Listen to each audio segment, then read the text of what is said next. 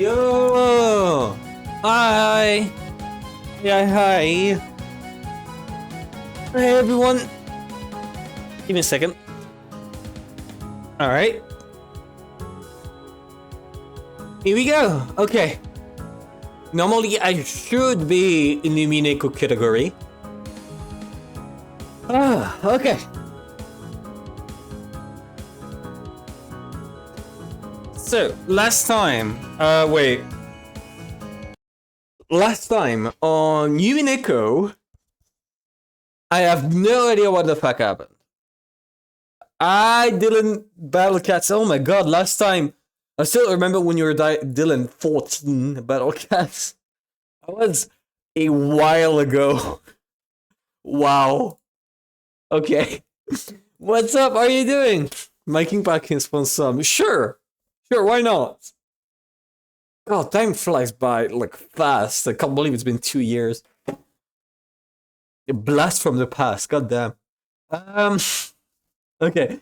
Besides that, let's start with Umineko, which again, last time I have no idea how to interpret any of this, and so I am going to guess, not guess, more like state that everything we saw like happen was just a product of Canon and Jessica being force-fed mushrooms or some shit by Goda. There's no other way. There's no other way. Times are changing in college. Time for pancakes. You're in college and at 16 years old? God damn. Did you skip classes? That's impressive. Okay. Starting Umineko. Here we go.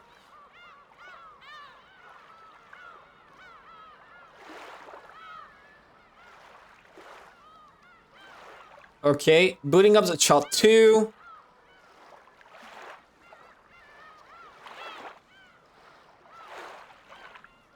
Alright, so that's the shot, that's where we are at.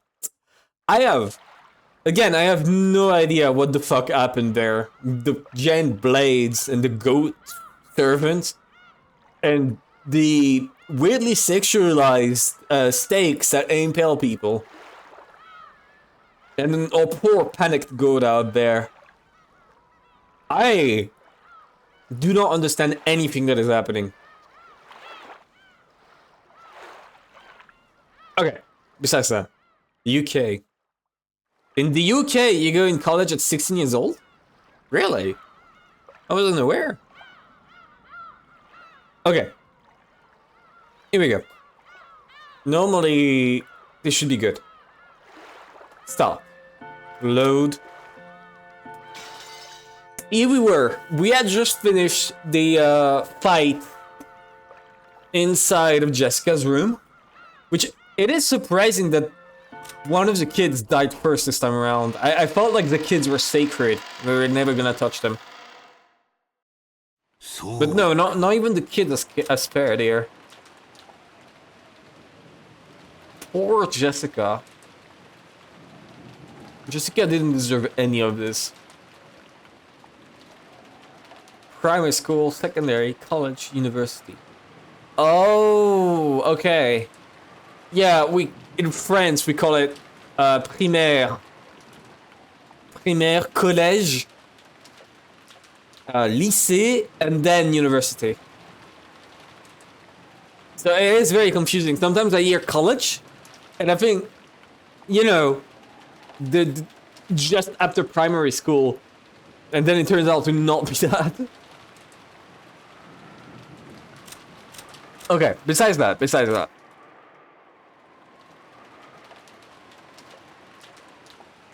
Yeah, it's, again, I can't process what happened last time. It just too bizarre. So let's continue where we left off. We are just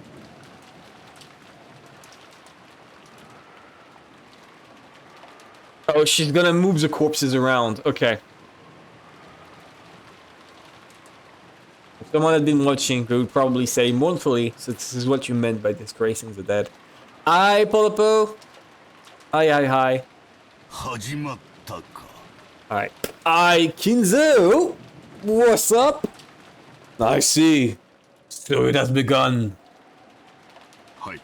Yes. Even though Kinzo had received news of 6 deaths, his emotions did not waver. The expression on his face as he gazed out the window was a smile, as though his opponent in the chess game had just made a spectacular move. It was odd to imagine that such an expression could ever appear on a father who had lost so many children at once. Oh no, indeed, I am very tired. Goro and Cannon followed Rosa-sama's orders and went to call the police. After that, he ordered us to follow your orders, master. What shall we do? This island has already been cut out from the real world. Did he do that? Did he do that? Okay, BRB then. I'm gonna drink.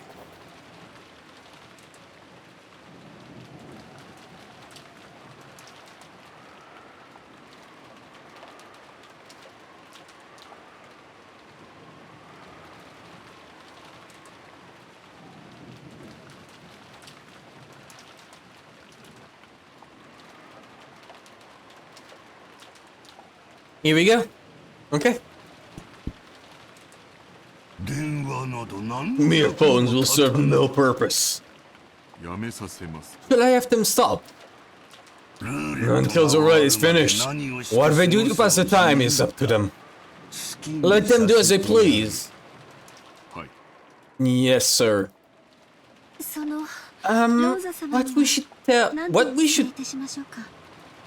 What should we tell Rosa-sama? Okay. Typo. Bravo.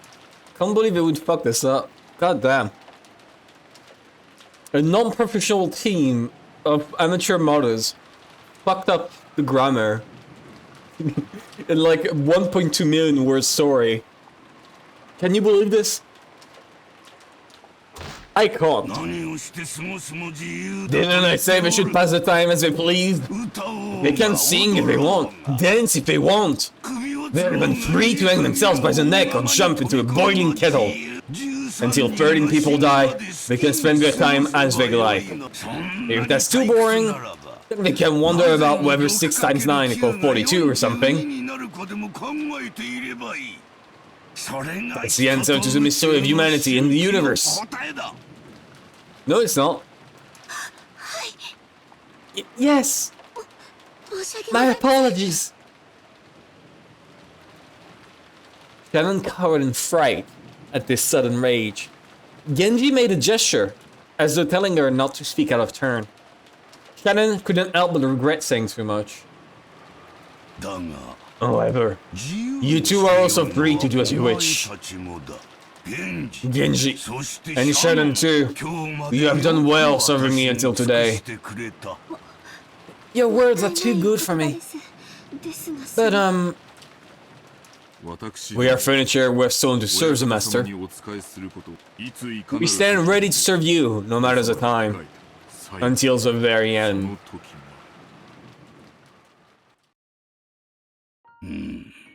And that's when Kinzo locks them in his study with him. Because that way, they're like perfectly safe. There is absolutely no way anyone could enter the study. At all. The study is perfectly safe. The murderer cannot be inside. Ever. I want to tell you about everything. Shannon, I am going to write a will. I shall need you to transcribe for me. Please, Genji, my usual drink. This is... Yeah, it's because Shannon survived that this is happening. Because Shannon spoke up. Huh? Yes, sir! Nanjo often recommended that Kinzo write a will because of his health, but each time he had, Kinzo had gone mad with rage. Ever since then, you'd think will would have been the word Kinzo hated most. After hearing such a word come from his lips, Shannon couldn't help dotting her ears for an instant. What's up with that? Shannon hurriedly prepared a side table and some writing paper. Genji followed his orders and began preparing that usual green evil drink. I'm ready. Where should I begin? Should I also speak of my life? It would be fun to leave behind a record of my most memorable games. It can be truly amusing to read the records of old games from centuries past, to journey in search of those players' thoughts. What a nerd, goddamn. Just right, man. This is the game record of my life, lead those in the future to go on a journey in search for my thoughts. For a while, Kinzo pondered over where he should begin, striding all over the room with his hands behind his back. Master, here. Ah, yes. Thank you, my friend. Well then, if I am to speak of my life, I must begin by...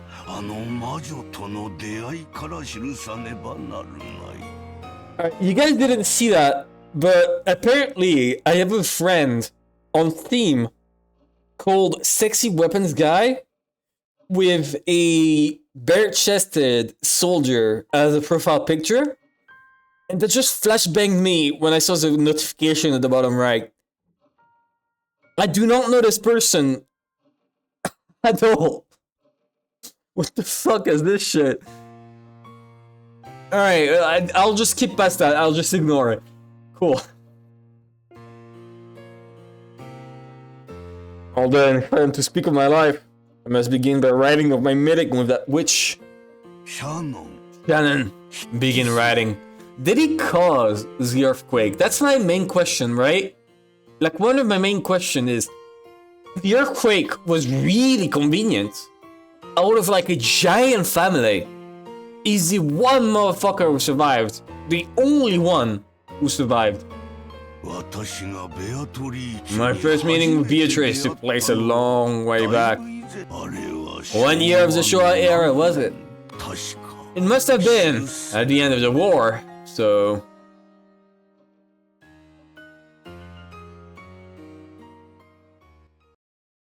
I assume that Genji is like extremely proficient with blades, right? Like, considering how he's been trained to be furniture, I would assume this guy is like a massive blade that can rival the stakes. So I'm wondering how he didn't actually fight back in the previous episode, if that's a thing. There was blood all over the room during Cannon's fights, right? There was blood that spilled everywhere because they kept fighting and shit. So, if there's no blood in the crime scene around the place, I'm gonna be asking myself some questions.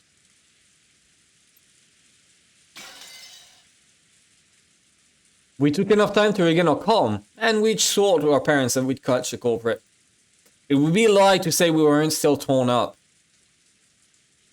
Even now, if we let our guards down just a little, we'd probably start going on a rampage just like Jessica, letting our emotions show with some kind of violence, and then have something really bad happen to you because of it. According to what Goda-san said after he got back right now, Cannon-kun was looking after Jessica. Apparently, she was still very emotionally high-strung. I see. Thank you. Maybe a young kid would be better at understanding a young kid's feelings. It would probably be better if we left him alone for now. Rosa-san, there is nothing more to be gained by remaining here. The phones may not be working, but tomorrow the boat will come, and the seagulls will cry, and it will be all over. Police will come. We should leave this place as it is for the police's investigation. I agree with Dr. Nanjo. Staying in a place like this for too long will be bad for your health. Let us return and make some black tea. It's better going to say, fuck no, I'm gonna check this out. Yeah, I agree with that. Battler, George, are you ready? Let's look up here. We have to leave this place as it is anyway, for when the police comes. Please, Battler, say something. You're right. Battler, are you okay? Yeah, I've cried all I can. I'm fine now. But the police would surely find some evidence during the thorough investigation. But we weren't adult enough to wait for that. I investigated the chapel in my own way, trying to grab the culprit before the police arrived. And what I figured out was absolutely nothing, frustratingly. I wasn't able to find a single hint. Describe the scene to me, please. Come on, let's go out. Maria, we're going. Don't keep staring at it. Come, Maria-san. Let us return. It's cold here. Father, Mother, thank you for everything. I will definitely become a man who doesn't betray your expectations. I really wonder at what point George is becoming evil. Because I'm starting to see that George doesn't think that evil of a man. I thought there was going to be a plot twist where George like turns out to be extremely evil. But the story is convincing me that it's just like a really awkward motherfucker. George spoke his last words of farewell to his parents. After seeing that, Battler followed suit. Dad, Kiri-san. Just looking at their faces, it looked like they were sleeping, but that just made it even more painful. Forgive me for leaving you in a cold place like this. I'll definitely get whoever did this, no matter what.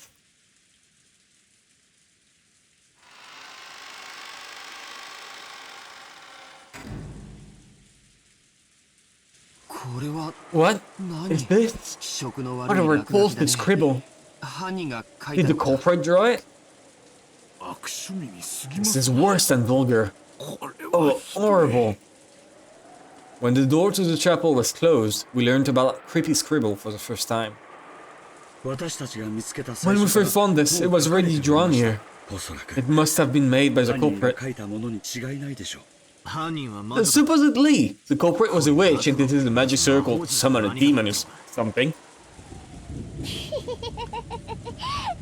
What do you have to say? The seventh magic circle of the sun. Don't you even know that?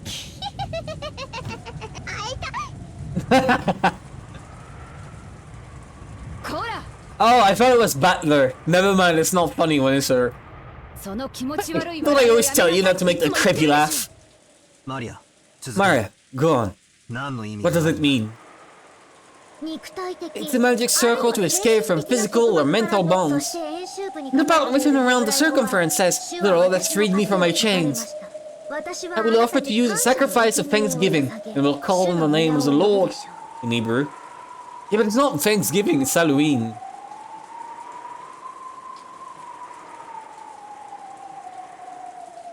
Okay, wait, I didn't write that down last time, and I regretted it.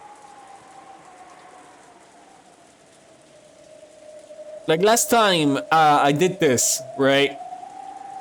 I wasn't sure what the circle meant afterwards. So I'm gonna take this. There we go. We're gonna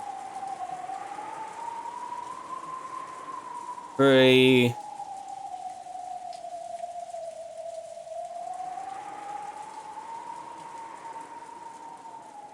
okay. That way I can remember it next time.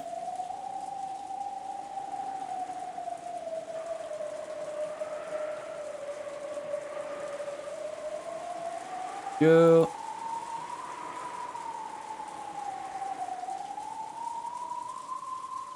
Perfect. Alright, let's move on.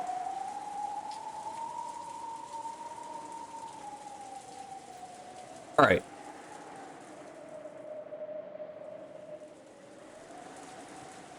Sacrifice of Thanksgiving? They killed father and the rest, you use them as human sacrifices for this magic circle? Calm down, George-kun. This is the culprit trying to provoke us. I'm sure it doesn't mean anything. Thinking about it will only poison the heart. And looks like there's some English written in there. That's new. The English part is new. Happy Halloween for Maya. I get it. And the key to open this door was handed over to Maya. Is that what's going on? Well, this is a chapel after all. Maybe Maria doesn't mean Maria-chan, but the Virgin Mary. In that case, you could read this as a blasphemy against God, in the name of Halloween. They say witches who make contracts with demons swear to defile God's names at all times. In that sense, this really is a witch-like crime. You think? Sounds like you know a lot about it. Did you get that from Maria? Yeah, something like that. He's the one who drew it. He is the murderer this time around. The chapel, huh? Wait. Okay. Okay, so he's gonna drop some massive stuff. So right now I want to approach this really quickly. During the murder of those two, people were not in a group, right? They were all together. All of them. Okay. Kumasawa, nowhere to be seen. Don't know where she was. Goda, nowhere. So that's two of them could be potential culprits. Or two, obviously. Genji and Shannon were with Kinzo. And Nenjo was with all of them. So the murderer is either Goda, Kumasawa, or Beatrice.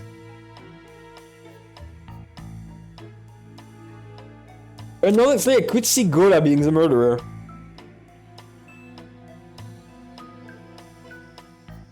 I could see it. The chapel, huh?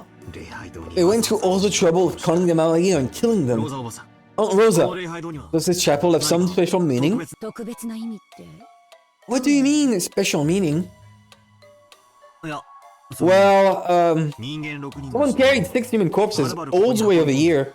I set up this elaborate decorations.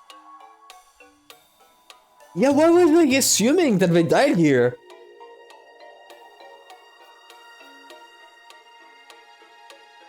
Why did I assume? Again, Rosa, you still haven't given your testimony of what the fuck happened. You know something. Why are you not saying anything? You know. You were there. We can't tell if she called the 6 of them over here before killing them, or if she killed them before carrying them over here. But either way, it would take a lot of effort. Why did the culprit want 6 people to die here?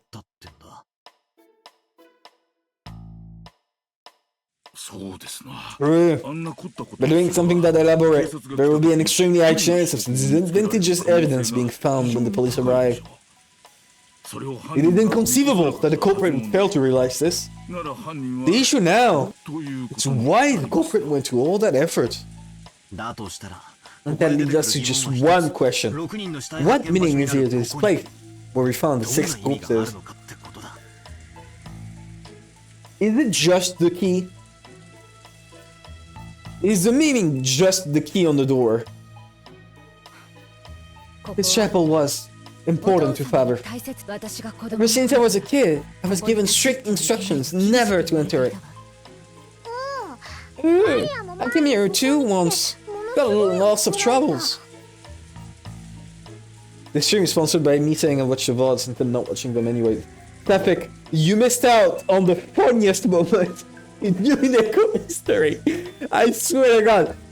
You missed out at least. Okay, Tafik. You gotta, once the stream is over, like even right now, you gotta watch the end of that stream.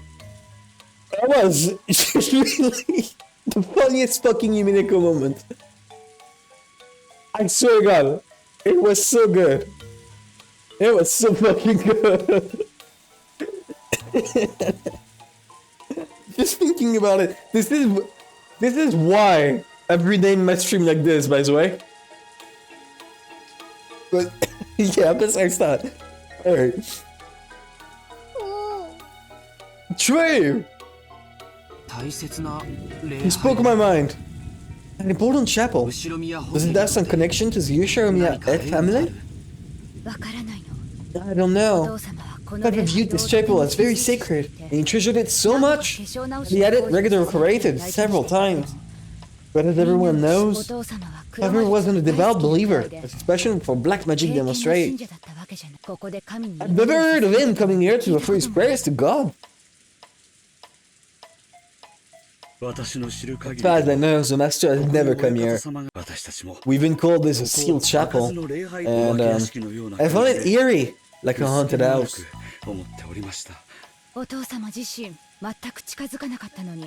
Even though Father never even approached it himself, for some reason, he made the servant give it a major cleaning several times a year. Yeah, what is up with that? Like, there's no way it's related to the riddle, right? It would be too obvious. It felt like he kept it clean all the time so that it could be used at any moment. And even so, it's called the Sealed Chapel. Maybe it's indiscreet to say this, but doesn't that sound pretty cool? Dr. Nanjo, you're not afraid of grandfathers, right? Have you heard anything about it? No, I did ask about it once long ago, but I forget exactly how he dodged my question. That's right, I believe he said something like, someday, perhaps I too will be able to receive a blessing there. But unless a miracle occurs, that day will never come. What does that mean? What would he do in a chapel? It couldn't mean his own funeral, right? I wouldn't believe that of Kinzo-san. He was a man much more focused on the living now than matters occurring after death. But it does seem to be the root cause of the current inheritance problem. What would he do in a chapel? Pray? Aren't confessions done in the chapel too? Anyway, it sounds suspicious. I don't know the reason, but just as Dr. Nanjo said, in Grandfather's eyes, all this about not being blessed unless a miracle occurred was set in stone as far as this chapel's construction. How do you know that? Yeah. Hey, it's clearly written over there. Look, right there. George pointed to a relief with rusted gold letters on the arch above the door. It looked like the message had been written there in English. The rust made it clear that the message had been there ever since the chapel's construction. Don't they just scrape off the rust? I'm not that good of English.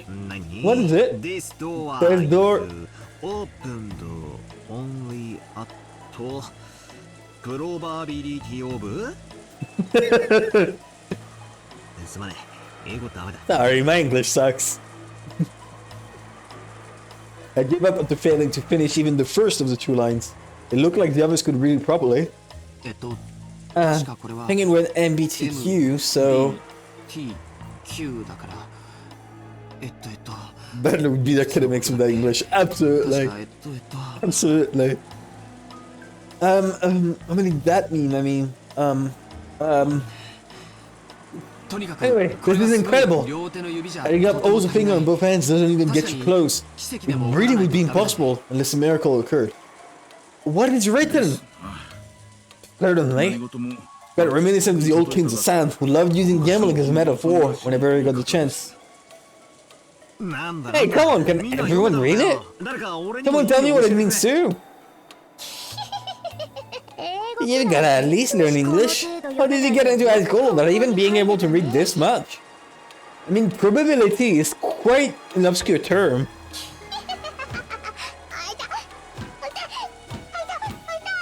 Who's eating her? Okay, it's funny when he does it. So what's written there? Simply put, it means something like this.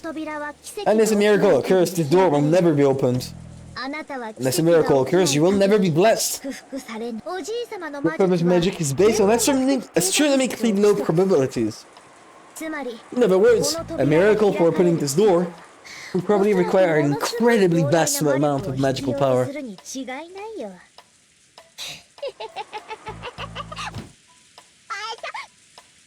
Nice job, you can shut up now. Reza, did you have Maria take English classes? Looks like it's useless to try and learn English unless you start when you're young, after all. That's cope. That's cope. I'm sorry, Battler, but that's massive cope. That's massive cope. The Seal Chapel, huh? Setting aside whether she was a witch or not, rumor that Beatrice actually existed several decades ago, and was grandfather's mistress. This is, just my imagination. But perhaps the master truly did love Beatrice then, huh? However, he was already married, so they couldn't be united. I see. If Beatrice was dead and could be revived with the magic of miracle, then now that grandma was dead, he could marry her openly. Really? Is that actually the meaning? That would make sense. And if you're married in its chapel, you might end up with a pretty fairy tale-like story, right? I don't think that story is so preposterous. Wait, give me a second. I want to see if there's anything that could fit a chapel inside this story. Never mind. Outlive my bitch wife is a pretty sad story. It is! It really is! It really is. It's a well-known fact that Trevor still loves Beatrice deeply. Also, even though I said I found it creepy, I seem to remember that the interior of the chapel was quite magnificent. The thought that Trevor built the chapel in the hopes of having a wedding with his dead mistress might not be that unlikely. At the time he built the chapel, Grandfather probably knew that he would never use it as a church as long as he lived. But he prayed for the witch to be revived by some miracle, and he thought that if that miracle occurred, they could be married here.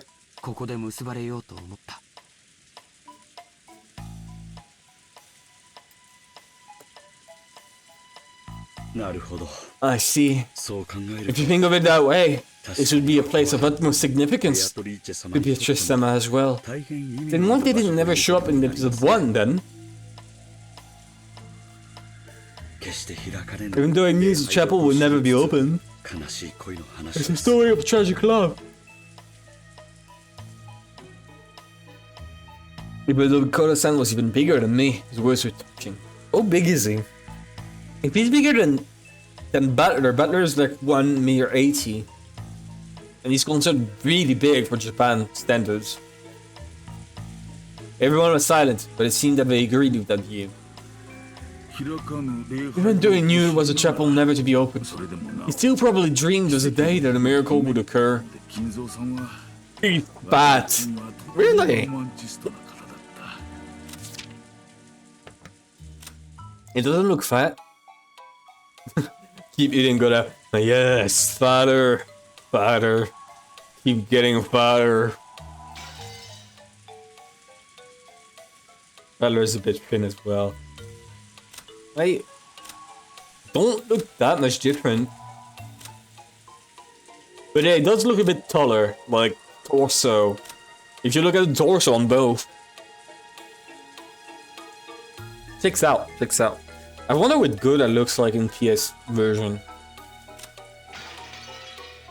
I can't wait to be done with Umineko so I can look like at all the differences that I'm interested in. Keep in mind that Azaris is 40 centimeters of his height. True. True.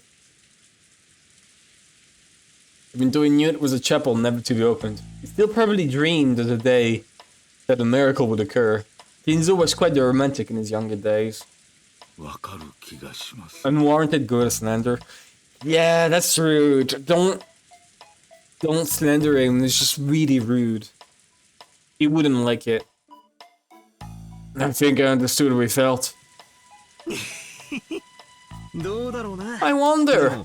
And then again, everyone went in it 4 times a year to clean, right? So much for it being the sealed chapel. Didn't we just go in ourselves? That wasn't a miracle or anything. We brought the key, click, and we're in. That's all. This is ridiculous. Huh? What? Then, what does that mean? Okay. Bombshell incoming. Bombshell incoming. What are you talking about? I could tell. I'd just been joking around, finding myself a bit irritated by the sub-story it was turning into. Then Rosa suddenly jumped on me with a really furious face. Rosa's face grew increasingly pale. She looked at the magic circle on the door, then her hand back and forth, back and forth. What is the matter, Rosa-sama? Hey, Goda-san! The key to this chapel. Didn't Genji-san say it? He said there was only one. What's up with her eyes? But also, she finally says it. Finally. Huh?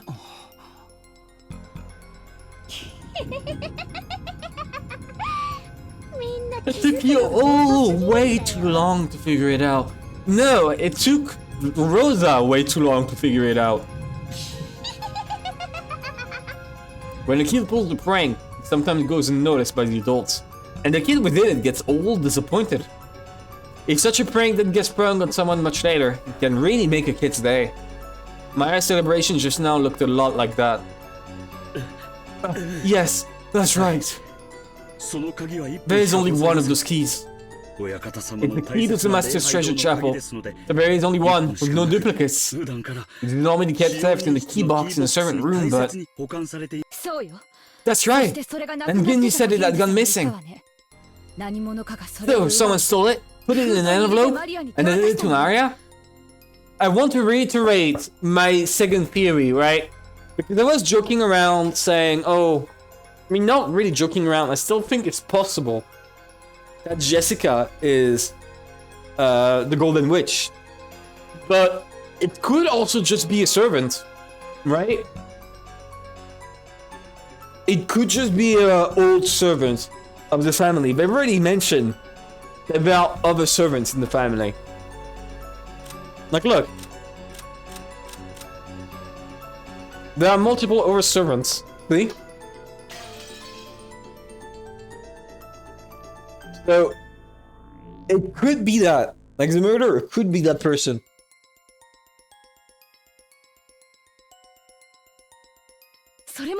And did it yesterday?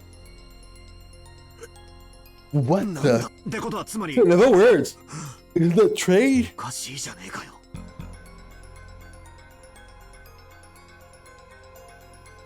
That's absurd.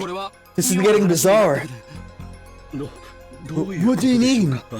I don't have a clue what you're talking about. Me neither. Would you explain it for us? This adventure is getting bizarre. Batro's bizarre adventure.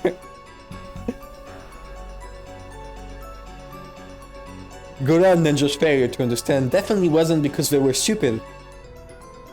They didn't know. Those were no! Those were no! All along, the only keys to the chapel had been in Mari's position. There's no mistake. It was locked up. Nanjo was so bitter. Yeah, it turns out the climax of the story, we switch perspective to Nanjo, and he does everything. There's no mistake. It was locked up. I unlocked it. There's no doubt. That happened yesterday before noon. Ooh, what did you say? But that doesn't make any sense. You're right. I received a one-of-a-kind key from a woman calling herself a witch midday yesterday. In other words, from midday yesterday until this morning, when Rosa unlocked the door, this chapel was a closed room. How did they get those 6 people in here? Then how did they kill them? The deaths of 6 people had shaken us badly. When we learned about that weird magic circle in the history of the chapel, we felt as though we'd figured at least part of this puzzle out. How long have we been standing under the rain? Not any time. You can see on the picture of the porch over the door. I assume they've been standing under that.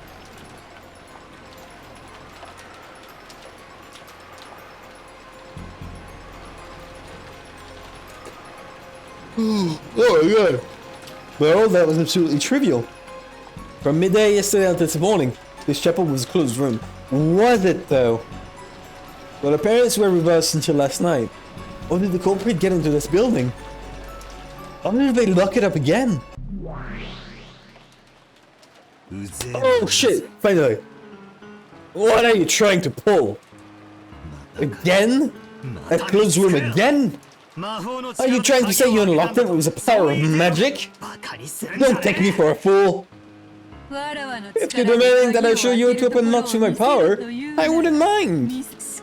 That wouldn't be the same as me forcing you to surrender. You keep trying to explain it all with humans. Only when I've cornered all the theories completely will I have my victory. Come now, how will you undermine my defenses? What trick could a human have used to defeat them, huh? It's just like the closed rooms last time.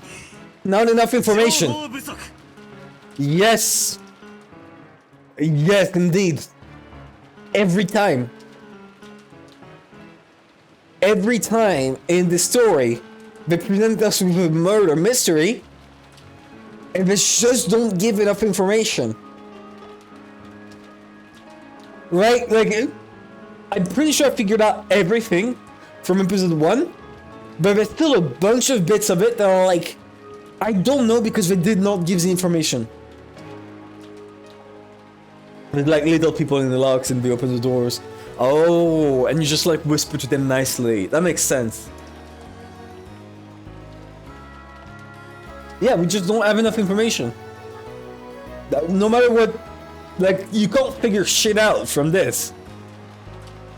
No, at this point it's magic, right? Like, if I tell you there's a box, the key is outside, I put things inside the box without using the key. How did I do it? Magic, I guess, because there's no extra context. And it's impossible to reason like this. Any excuse could be made, any trick could work. There's no way to reason it out. But again, there's not enough information, so you'll wait and see. The information is uncertain, so it's impossible to use your reasoning. It's a certain excuse you humans use to let yourself stop thinking. Who do you think you are, lowly human? No, you're saying you can't even think, unless you're like Laplace's demon, you incompetent fool. Besides, you make it seem like a lack of information works against you. But the other way around, you see? The more information you're given, the more it will make you suffer. And it only increases the strength of the compressor that's squeezing you. Will it? Oh, in that case, let me say this. It's impossible to verify that this is a closed room in the first place. We're already talking about demons. I can play that game too. It'd be possible to prove that this isn't a closed room. To show someone could have gone in a route, and you're done. But it's impossible to prove that this is a closed room. You could never deny the endless set of possible methods for getting in. In other words, this is one of those devil's proofs. Yes, so many times I've pointed this out. This concept of a closed room is actually something that can never be proved. It's this one we get the red truth. So first you stop thinking, with lack of information as an excuse, and now this! Very well. If that is your move, then I will accept it. Continue. Okay. Lack of information actually. Then why don't you take humans dead as an answer? True! Beato just hates Battler. She's just making shit up as the game goes along. Right? Like, don't forget she's lying all throughout. So obviously, he has double standards. Right? Because like our entire point, Battler just has to like completely crack this case. First off, it looks like you're trying to claim that the chapel is a closed room. Just a short while ago, I spent some time looking around in there, and I couldn't find any way in or out except for the door. But that just means I couldn't find one. It doesn't prove it was a closed room. If it's a hidden door or something that I wasn't able to find, your promise would be blown away completely. In other words, whether I manage to find a hidden door or not, you'll never be able to deny the existence of Method X that will let you into the closed room. And this Method X would be something that could be carried out without magic. After all, it's a hidden door. I'm sure that in this chapel, there's some hidden door that's impossible to find. That's why there's no reason for me to reason it out, and magic is still impossible. Oh, so you'll use that logic? Oh, naive! Unexpected move. Let me make my move in response. The closed rooms using the novels made by humans always seem utterly ridiculous to me. Why? Because they use the wrong way. When a closed room appears in a detective novel, do you really think it's a closed room? You don't, do you? What trick did they use to make this look like a closed room? Yes? That's what you think?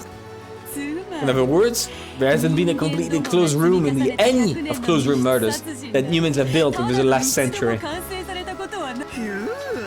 Ooh, better not say that unless you want to face the wrath of the mystery fans. True. Chris literally grinding her teeth in her grave. But I am different. I've given birth to a true closed room, and I can demonstrate it. Why? Because I am a witch. For the devil's proof, you need that to bring someone a demon to prove that they exist, right? Well, conveniently happen to be a witch, being that demons are my good friends. I can bring you as many of them as you like. Can we start noting down weird battle sounds like that ooh just now? If I could, I would have noted it down in the soundboard. That sounds cool.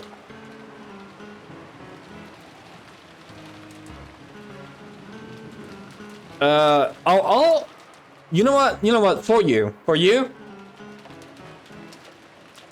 bottom right corner.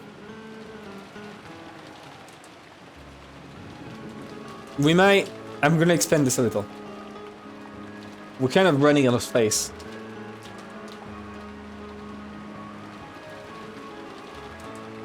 Alright.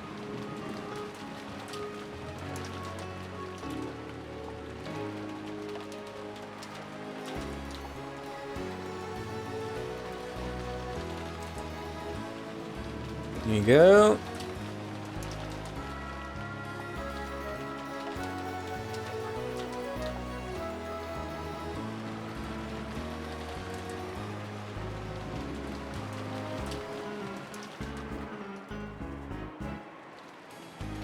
Here we go. I think that will be pretty good, actually. You're right. Let's note them down.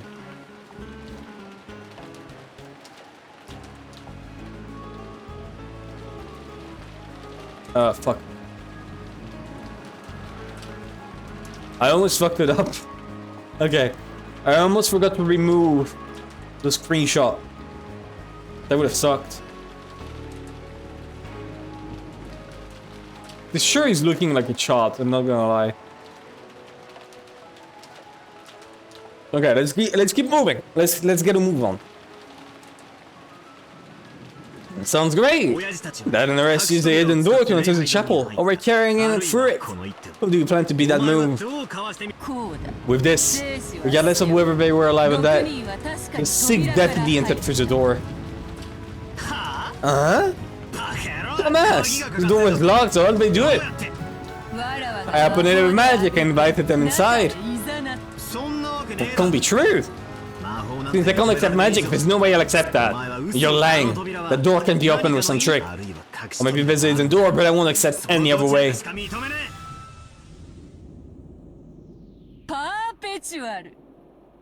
Perpetual. It's what you call an endless repetition of moves in chess. It's the same endless repetition as a discussion that won't event, because both sides deny the basis for each other's claims, like our game. In most games it would be resolved as a draw, but I would put a terrible damper on our fun. We will have no draws. You will either accept me and submit to me, or you will deny me. This is like watching kids play Super Hero. True! Yes, I agree with you there. We'll set this down without fail, just as you wish. I like that attitude. So I had a thought. I think I'll add a new rule to this game between the two of us. A new rule? I'll bet something that will give you an advantage, right? Of course not. I'll give you the thing people like you always demand. The reason you always stop thinking and moan about it is a lack of information. If you are then given information, you start doubting of whether the information is true or not by rejecting the source. Isn't that convenient? What clever little words to hide your own incompetence. I'm referring to eliminate that convenient excuse of yours. You should thank me, cackle. You said we entered through the door, and I said that couldn't happen. Are you calling that an evasive answer? Exactly. So from now on... Okay. When I speak the truth, I will use red. What is this? Keep explaining. No matter what magical move I use, you can always keep running away by chanting lack of information and by rejecting the source. Even though I would still win in the end that way, it would be extremely boring. Because of that, I would be happy to... give you this information and sources you so desire.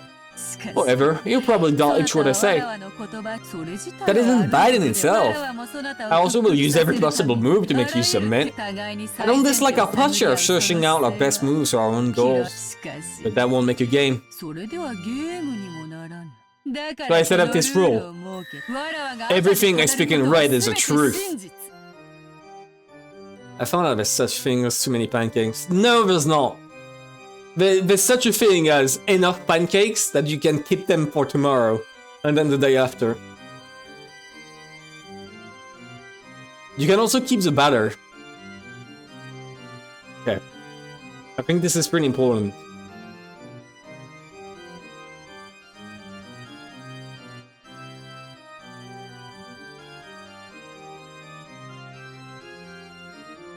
I'm gonna compile like all the red truth things, I think at the bottom left.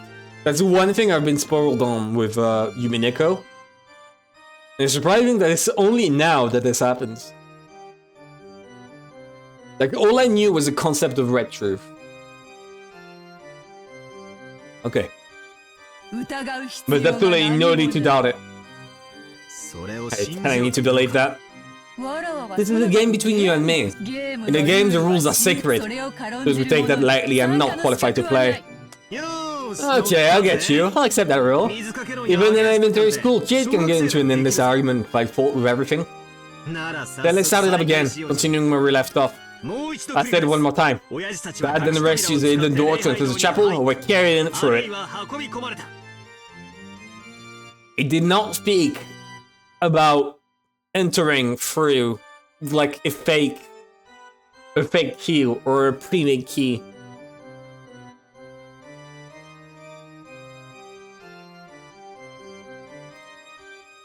I'm gonna put this on the side here. Wait. Here, I'm gonna put this here for now, and then I'll resize it. Then I shall repeat what I said.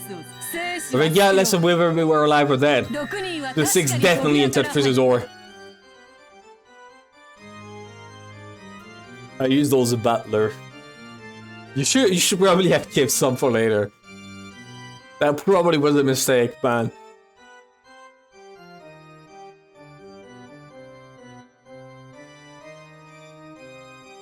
I like the regardless. The regardless is pretty important there.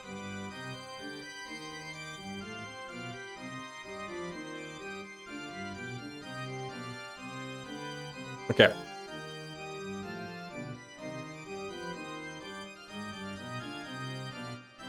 Alright. Let's resize it to 40.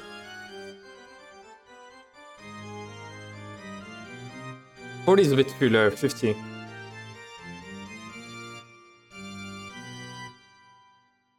you go.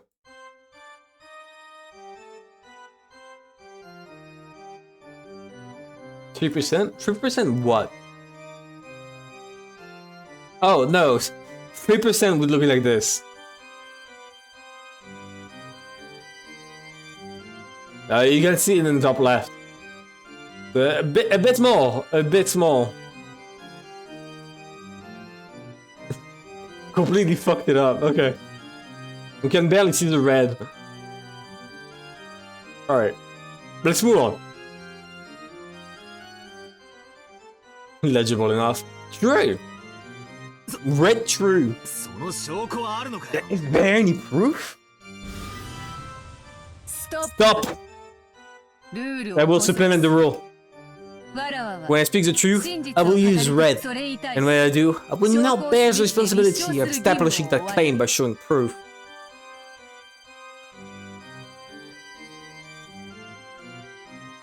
Okay.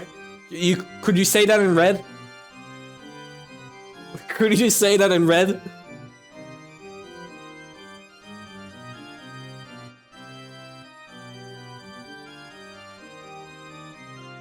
I'm adding it to the rules, by the way. So give me a second. I'm doing it right now.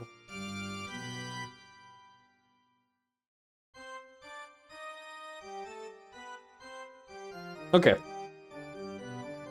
Beato, you ass. True. They will simply be facts and the truth. My reason is simple. I carried out all the crimes with magic. So for any impossible crime, all I have to do is wave my magic staff and show you where it's done. But that wouldn't make a game. It would be as barbaric as ignoring victory and defeat in a chess match and punching your opponent in the face. Well, that makes sense. Since you're a witch, there's no need for you to show evidence for what happened. Since you can do anything with magic. Damn it. Talk about an unfair game. So shall we resume once more? The Six definitely entered through the door. I unlocked it with magic. How will you get around this magic? This closed room? The key! Genji and the others said there was only one key, but that's impossible to prove. The culprit secretly made a duplicate key. Thank you for reaching that too. Only one key to the chapel exists. Okay, that was the big one.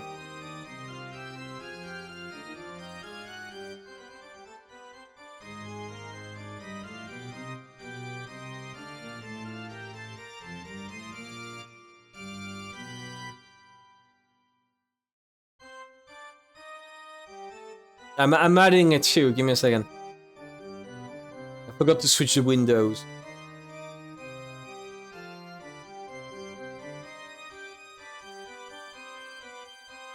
Yes, then.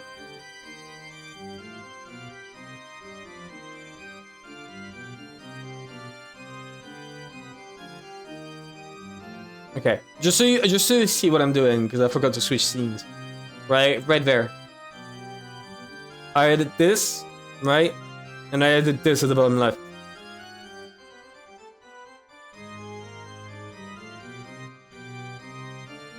Alright. Let's see what more information we get. Then what about this? The culprit made something other than a legitimate key and opened it. I don't know what, but maybe a wire. A tool for picking locks. What is this nice move? It is impossible to unlock. Oh, that's a pretty important one. Oh, and she covered every case. Right, like he could have said, oh yeah, what if you barged in with a crowbar or some shit?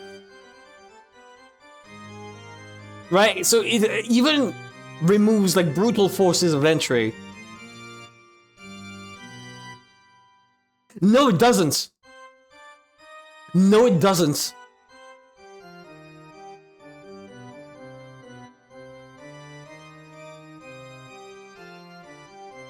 No, no. Because it's talking about the lock. And like, okay, this is far-fetched. But what about the fucking hinges? You should have said it is impossible to enter the chapel without using the key. She did not say that. She did not say it is impossible to enter the chapel with anything but the chapel's key. She said it is impossible to unlock the lock. This is major. Right? They're hyper-focusing on the key and the lock.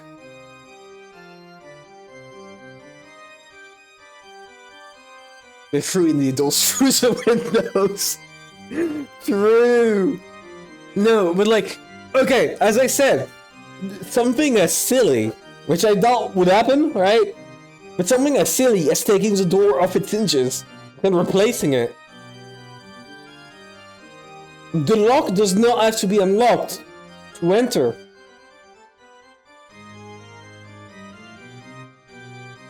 Right? I would also like to point out something important.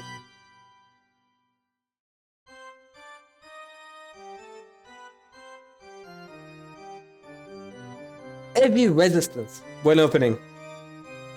That is important. For a place that is regularly cleaned, right? I want to remind that. It is regularly cleaned several times a year. So it's not like it's a completely rusted, destroyed place, right? I would assume they grease the doors because that's their job. So why would there be heavy resistance? You could assume that heavy resistance could come from something as silly as, you know, someone breaking the lock. Or like breaking the thing that keeps the door locks. Right? She said unlock the lock. Breaking the lock is not unlocking it. You could have like tracks. What do you call tracks? Right, we would need to see a picture of the door itself. But let's keep going, let's see what more she has to say. Although it can be opened with the power of magic, right? Yeah, see, it can be opened another way. It does not... And what about this? There's something wrong with the door itself. Oh, fuck. Oh, fuck, no! No, I missed. Oh, fuck. I have to go back, I missed if it was red. I pressed the wrong key. No! That's really bad. Right, we can just skip ahead. That's alright.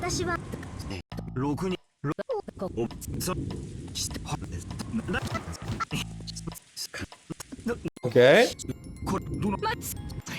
Here we go.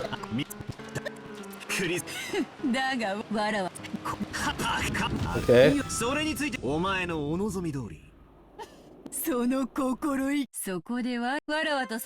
Okay, so we already saw that.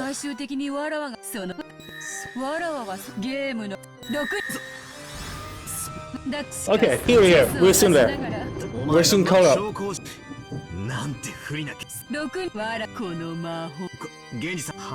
Okay. Only one key. Alright. Okay, it's impossible. This one. That's where we were. There's some way to pass through it even while it was locked. Okay, that's big. As to what that is, I can think of a few ways. Maybe it's like those big doors in the castle that have a smaller door in them. Is it possible that I remove the hinges? Oh. Oh my god, thank you, Battler! Okay, Battler is genuinely intelligent. Okay, that is exactly what I said.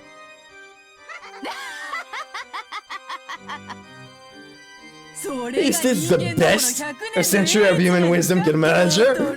Battler?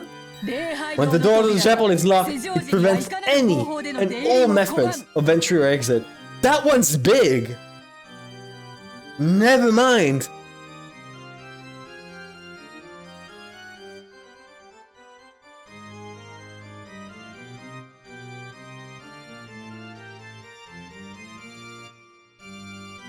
So there is one last option.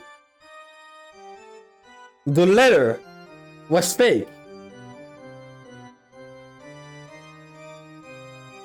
The letter was fake. Could have been swapped. Nothing prevents a letter from being swapped. There must be some trickery involving the letter. And the door stayed open. They have not mentioned a single time now.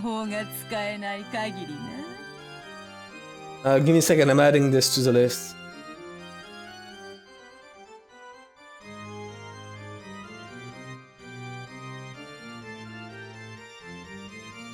Okay.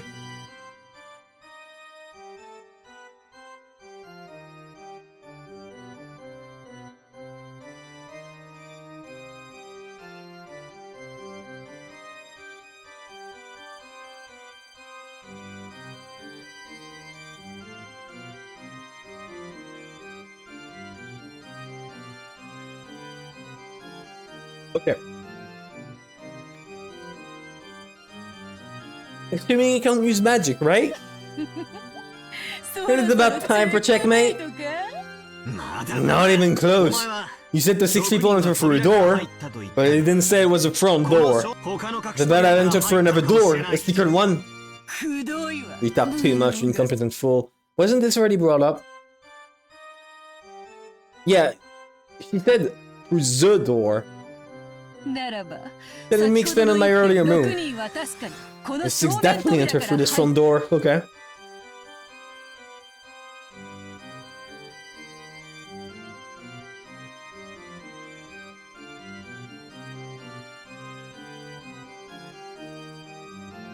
Let's go to 40 in size.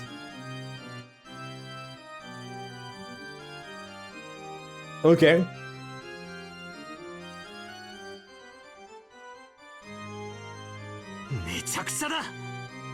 That's screwed up.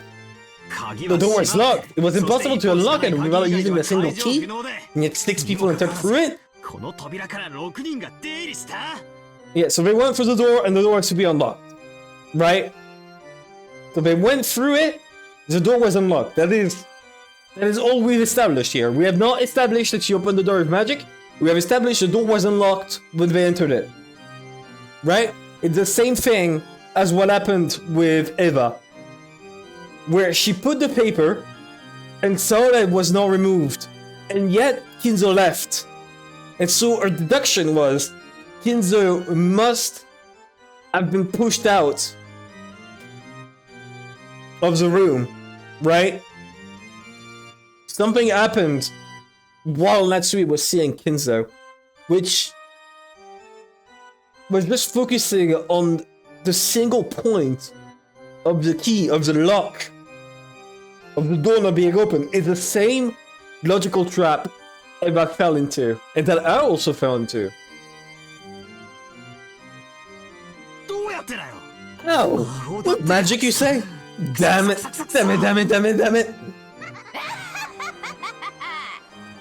Are we already seeing the limits of what humanity can manage? Shout that you resign. When one admits defeat, it's customary to shout it out and knock over their own king. So, do you resign?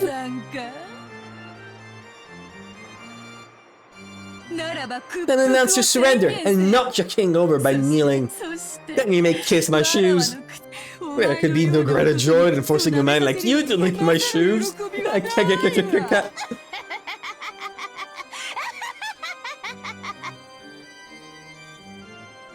I'm assuming it's the opposite.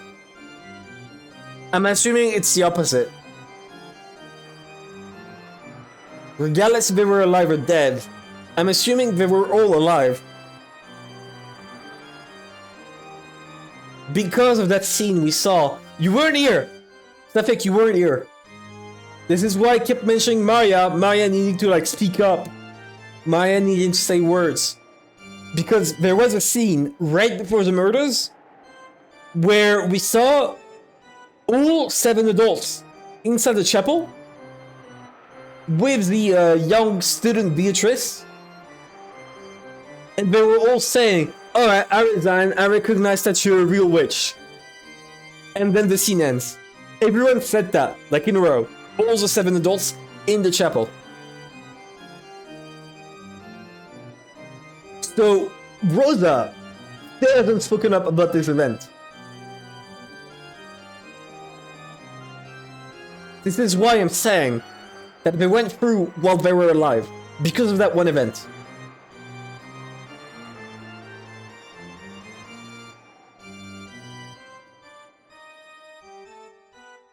For the body check,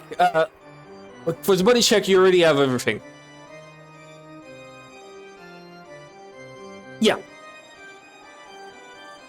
Yeah, exactly. And then found a way to put the key back into Maria's bag. That could be an option, but I don't think it's that simple.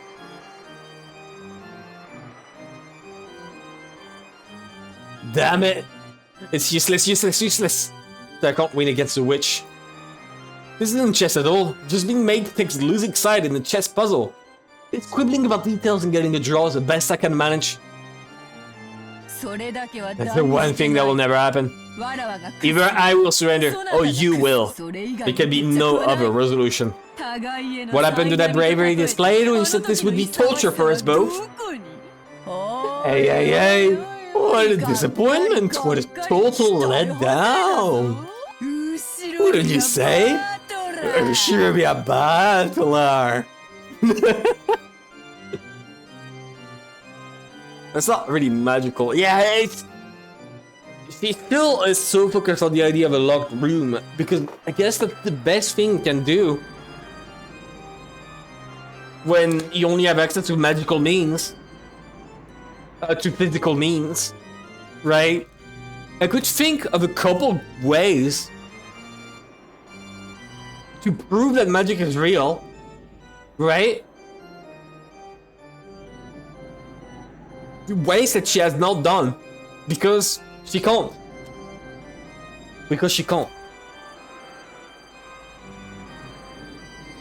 What should I do? I can see it. I can see the place where I fell checkmate. It's useless. All my hard-fought moves have been nothing more than me desperately moving my kid around, running away from check. No matter how many times I move, I can't escape from check. So even without waiting for me, for the next several moves, I can see checkmate in my future. Ah, damn it! No. Focus on something that isn't a lock. After a few moves, I can see where I'll face checkmate. This is the perfect moment to speed the chessboard. And give up, show me a battler. If I can see myself getting close in upon, and if I spin the chessboard around, I should be able to anticipate our next move, right? Remember what Kiri-san said. When you're thinking about something, and the closer you get to the very, very end, the easier it becomes to anticipate. Spin it around. Spin the chessboard around.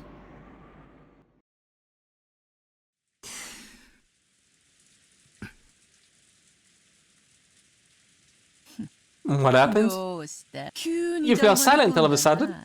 Fear not.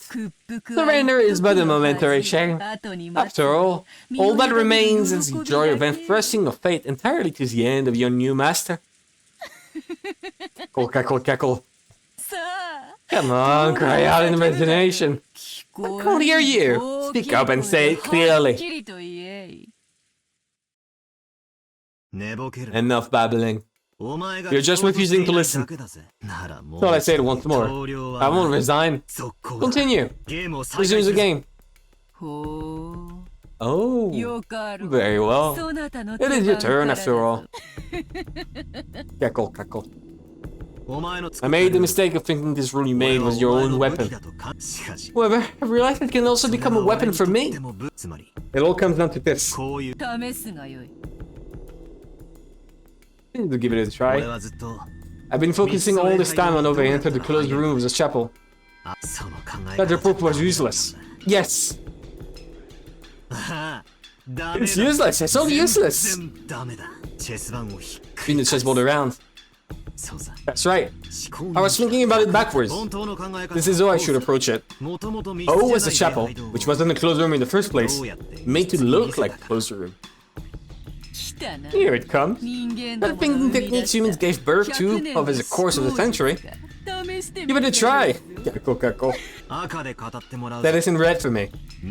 If you can't, then refuse. Here I go. Does this mean? Intend to reverse his defensive posture? Impudence. I get that the only way to enter the chapel is through the door, but that there's only one key. But wait. The question is whether that key really was handed over to Maya yesterday or noon. My, but you're dragging this on. To try and get to the point. It's something like this. We've been under the impression that the key has been unusual since midday yesterday. So we've assumed that this was a closed room from midday yesterday until this morning. I want to hear you say that this impression of ours is solid fact. Interesting. So you turn your reasoning not to the door, but to the key. Yesterday, Maya received an envelope from you. She didn't open it, but she might have felt it and known there was a key inside. But it's not like she'd have been able to confirm absolutely that it was a key to the chapel. Or did Beato just make it look like a closed room by walking out of it? True! Accurate. Here's what I'm getting at. The thing inside the envelope given to Maya was a fake. Oh, fuck.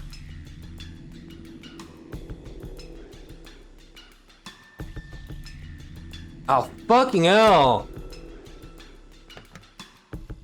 I swear to God, I need to save. I accidentally pressed Alt.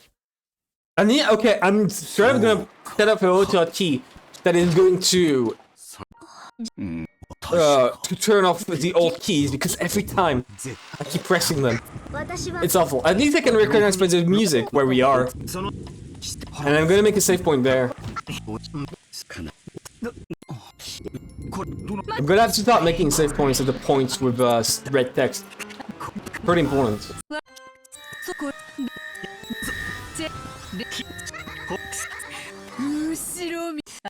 Here we go. Okay. Make a save.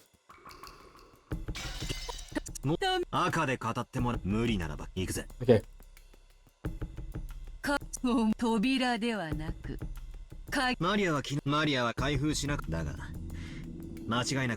Yesterday, Maria received an envelope from you. She didn't open it, but she might have felt it and known there was a key inside. But it's not like she would have been able to confirm absolutely that it was a key to the chapel. Here's what I'm getting at. The thing inside the envelope given to Maria was a fake. If you think about what you're saying, it's ridiculous. This morning, Rosa definitely took an envelope out of Maria's bag. And from that obtained the genuine key to the chapel. This is not the answer. You are not answering.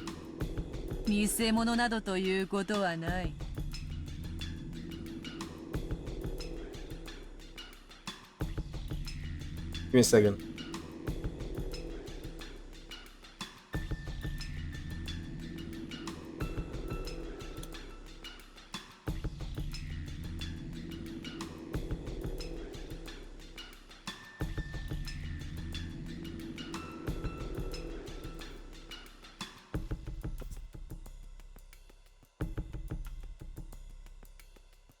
About if key what but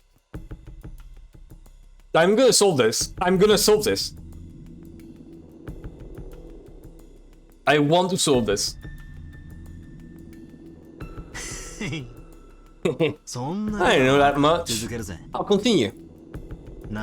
In that case, when Maria first received the envelope, the thing inside it was definitely that same key to the chapel, right? Oh! See what I'm getting at? Midday yesterday, you gave Maya an envelope with a key inside, and you told her that she mustn't open it. Maya probably realized it had a key inside. Later on, Rosa used the thing inside the envelope to open the door to the chapel. And that's why we assumed it was a key to the chapel all along. And this is the suspicious spot. So this is what you're trying to say. When you interested in Mayabu key, that key was a fake. Or did she never? Okay, this might be silly. This might be silly. What if she never locked the door? There was heavy resistance when you tried to open the door, right? So what if people arrived at the chapel, especially Shannon, she saw the ritual circle and assumed that you need the key. Everyone there assumed you needed the key. So what if simply the key, like the real key, is still on Beatrice, and the key from Rosa is a fake, right? Like, this is why they mentioned there's a door and like heavy resistance. In my mind, the detail stuck out. It's because people didn't shake whether or not it was closed. They assumed it was closed. Because obviously you would, right? Everyone knew it and called it the sealed chapel. So why would you check? Why would you check?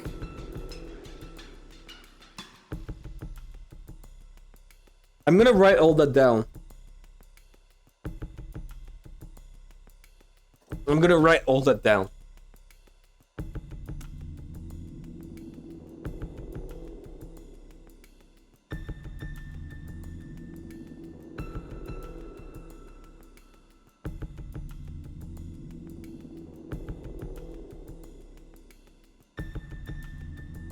Writing ring gray, I guess.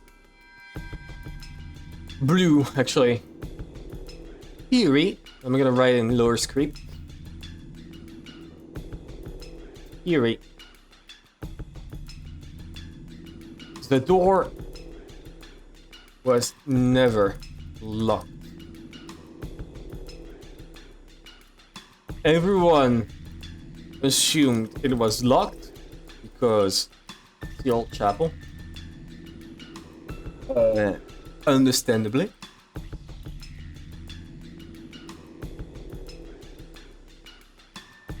And he was gone.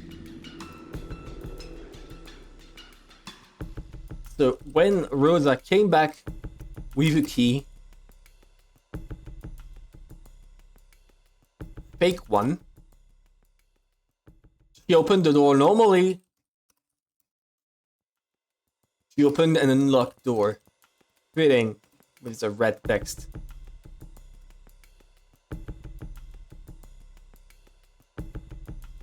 Something along these lines. Something along these lines. Oh, Blue Furies is red truth. Yeah, actually, okay, I'm gonna keep it as a theme like this. You know what? Yeah. Blue Furies, that's the thing. I'm going with this.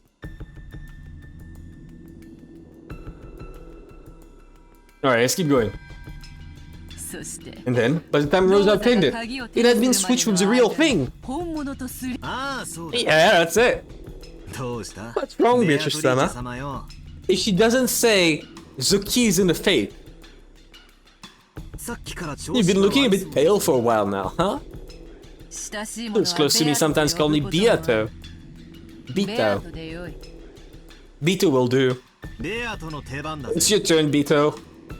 The turn of the Golden Witch. Let's see you dodge this. Very well. The key to the chapel surely was...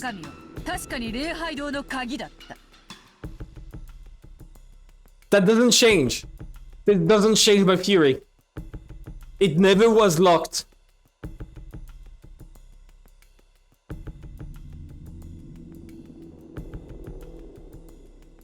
It never was locked.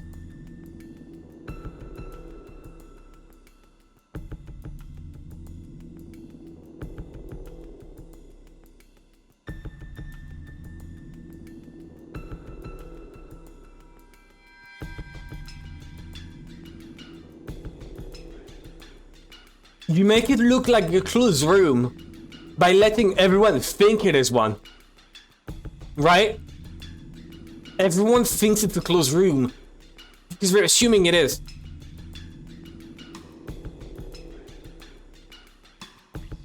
So I'm gonna remove this. Right? Here you go. Let me scratch it with a red. Here you go. A bit too thick for the line.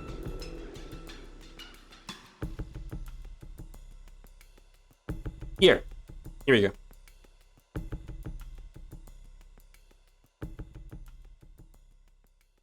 Okay, let's move on. I'll move forward. And he doesn't let himself be it by this. Okay. Can you repeat it in red? That envelope was completely under Maria's supervision until Rosa opened it. Oh. If you can't say it, then say you refuse. Check.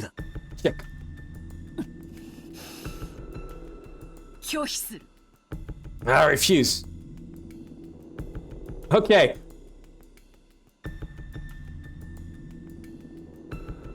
Okay. That's big.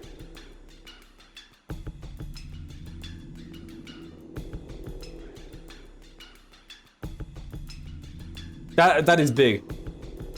That is absolutely big.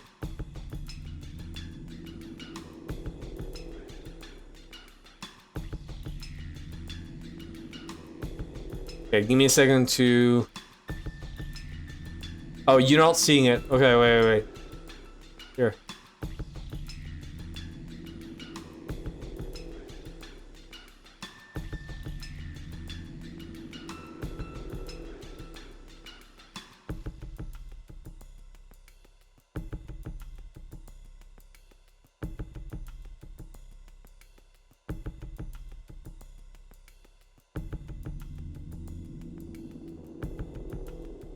Okay.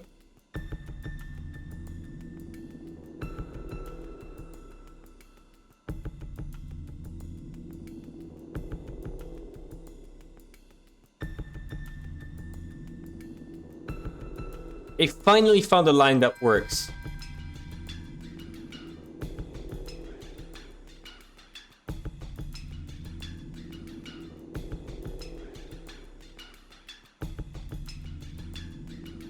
But that doesn't mean anything. It could still be magic. Right? What if, and simple fact, simple one, right? What if she can't say it because when Maria is sleeping, it's not under supervision, right? She could weasel out by saying this. I spread it all around with just one move. Now it's your king on the round, Beato. I have reason for refusing. It regards the definition of the phrase under our supervision. Yes, exactly. In its purest meaning, Maria would need to have her eyes on it around the clock for that to be true. But Maria didn't go that far. It may have been completely under her supervision when she took it out of her handbag, but after she put it inside, it disappeared from her field of vision. In that sense, the phrase under her supervision would be inappropriate, so I couldn't use her red. Nothing more.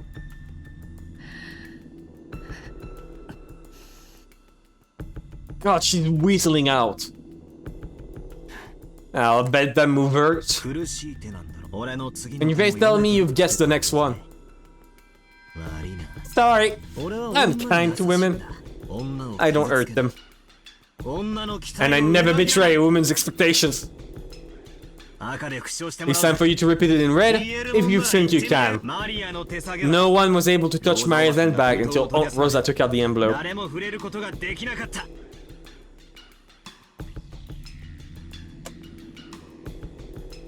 So I'm gonna delete. I'm gonna delete the previous thing.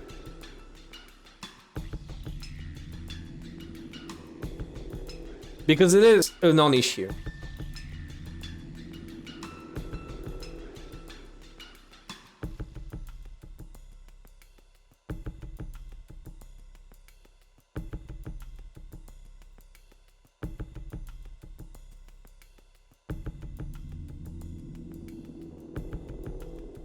this. Okay.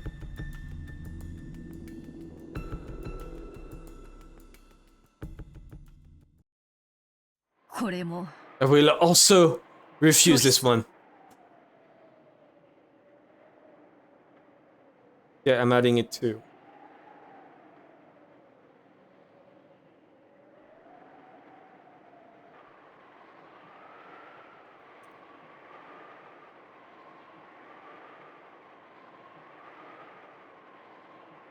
There you go.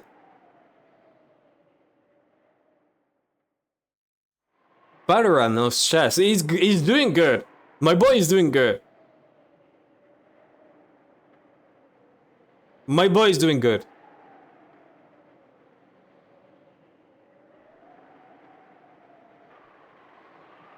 Okay, let's move on.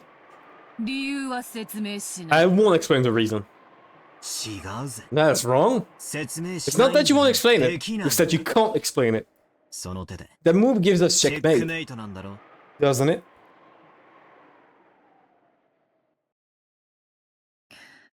And she just disappears. She's just gone. Okay. If you can't do it, then I explain. The key to the chapel really was in the envelope you handed to Maria. Oh, the music is kicking up. Then Maria put it in her handbag, and the next morning, Rosa took it out and opened the lock. However, Maria didn't have the handbag under her complete supervision. There's no need for magic. It's a closed room trick that's possible for a human. The human culprit handed Maria's key. And by making on Rosa use it the next morning, they created the illusion that there was a closed room during that time. You can't deny the possibility that during that time, the culprit took the key from Maria's handbag, used it, and returned it by morning. Can you say it in red? Repeat it. If you can say it, then say it. The battler points. It's check again. Not yet. I removed the check. The envelope was a key and it should have been sealed with wax. Rosa took it out from an open envelope. Really? Then try saying it. Repeat it. The envelope ended over midday yesterday, and when Rosa opened are the same thing. Comedically detailed battler.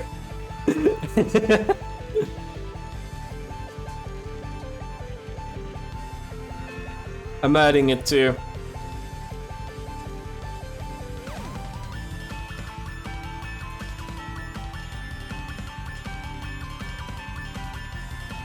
Yeah, I love the straight I still active behind. It's funny. I like and repeat. This is not the same thing.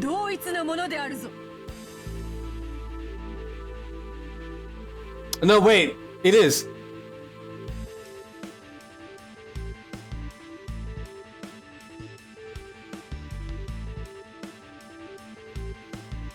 Okay. Maybe it's not fully the same thing.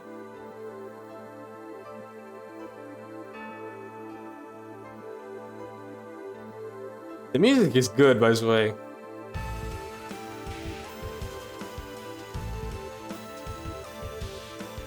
I gotta say, the music is banger.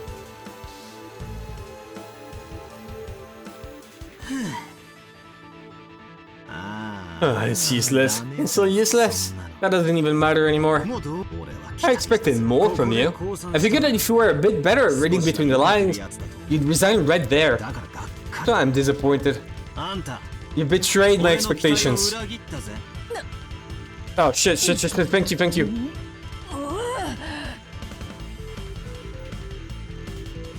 You didn't miss much, that was just what you missed. It just looks smug there. Who cares if the envelopes are the same?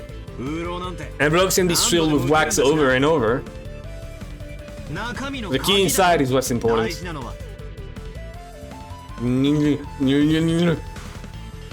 The time it's all over, Golden Witch. It's a real checkmate. Okay, well, I guess I can remove the previous one. I'll keep it, but it doesn't matter.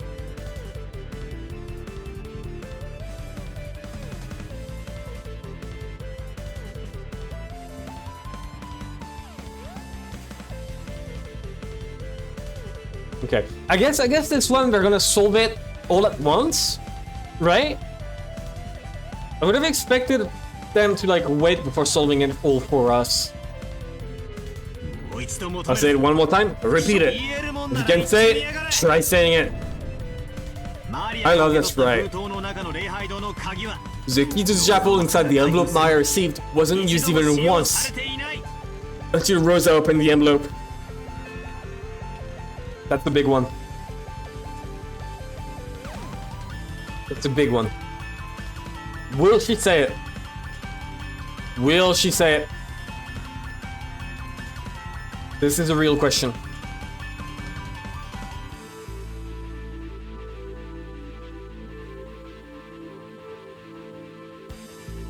But if she says it, my theory is wrong.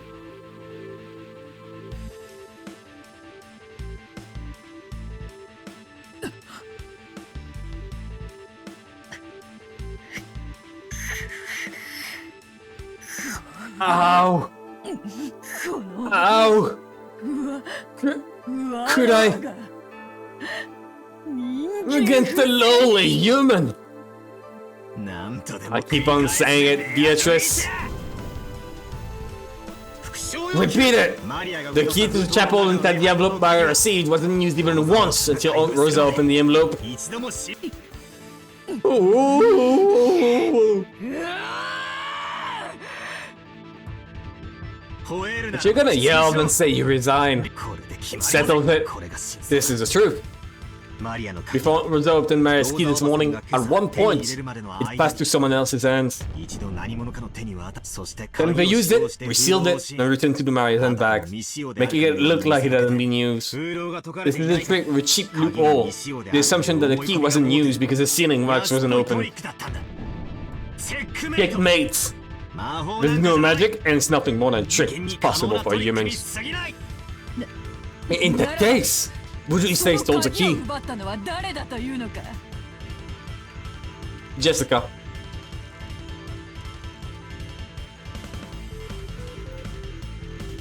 Again. Try answering. This time you try repeating it.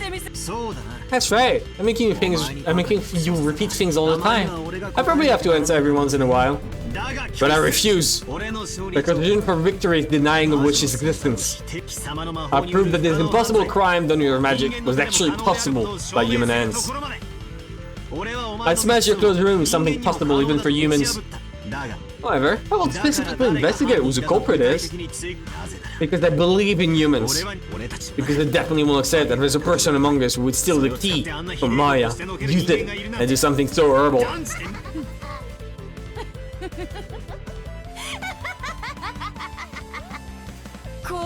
I give up. I resign. Just once for this skirmish. I'll give up. But you really are naive, battler. Parting remarks are loser's privilege. As menus like. Based. Extremely based.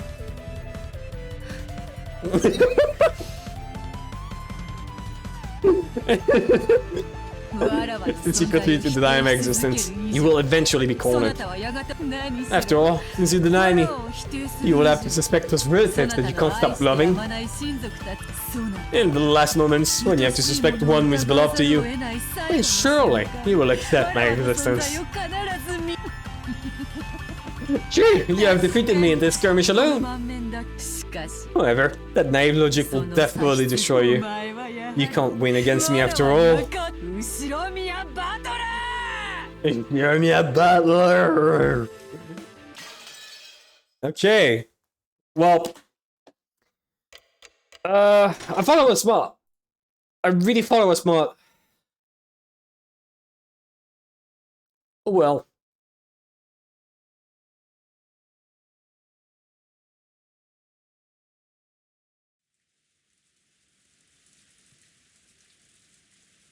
Yeah, see, I still pointed out that like the key could have been fucked around with. So all of this, right? All of this didn't matter much. How much space does it take? It takes not that much space, actually. Wait, let me move it over to the side, though. A little bit. Let me go.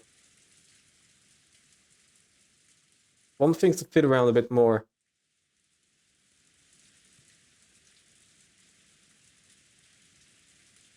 Okay, let's continue. Roseanne and the rest returned from the chapel to the parlor in the mansion. So many things had happened since early in the morning. Of course they were ice wrong. I wonder what that section between Butler and Beatrice, does that actually happen in the story? Like in the story presented right here. Does Butler just like have a sudden flash where he realizes that he spoke with Beatrice? Butler and George, who had cried, raged, and had their emotions explode after seeing their parents' tragic bodies, returned to the parlor and sat in the sofas, saved. So everything up until then had been a lie. Only Maya was completely unchanged and looked just like normal. How would Maya feel if she like heard the entire discussion Butler and Beatrice had? How would she feel about that one?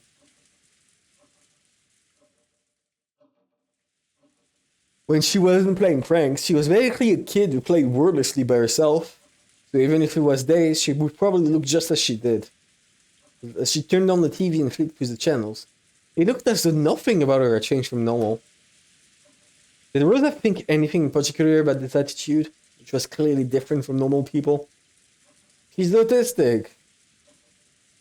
She stared at Maya's back as though looking at something that wasn't quite heartwarming. I think Maya would go, see, Beatrice is so cool. True. Even after Beatrice herself admits that it's not magic. So, yeah. But like, Beatrice could have moved on the problem to another point, right? Every time they keep pointing out, like, the closed room aspect, but they never bring up the how could they have done it, right? Like right there. Oh, did the person who killed them manage to kill them? Also, I bet you 100% we're gonna arrive to Jessica and Kennan's death, and they're gonna be Jessica's face is gonna be blurred out or like completely destroyed. I bet you Jessica's face will be destroyed. Alright. Then as Amaya's back, they stood looking at something that wasn't quite heartwarming. Eventually, Kumasawa came to say good morning. Her cheerful manner was clearly out of place. She couldn't help but be bewildered by the strange atmosphere in the room. Yeah, she just woke up. And when she heard the details of Goda, he reacted loudly with shock. Of course you contacted the police, right? What should we do in a time like this? Oh, what should we do? Please calm down and listen. It seems the machine somewhere was somehow down by lightning the last night. Because of that, we haven't been able to use the phones. What? And just a typhoon passes. We can't even contact the police. Maybe Kumasawa's exaggerated surprise was a little comical. Even in this kind of situation, Rosa giggled.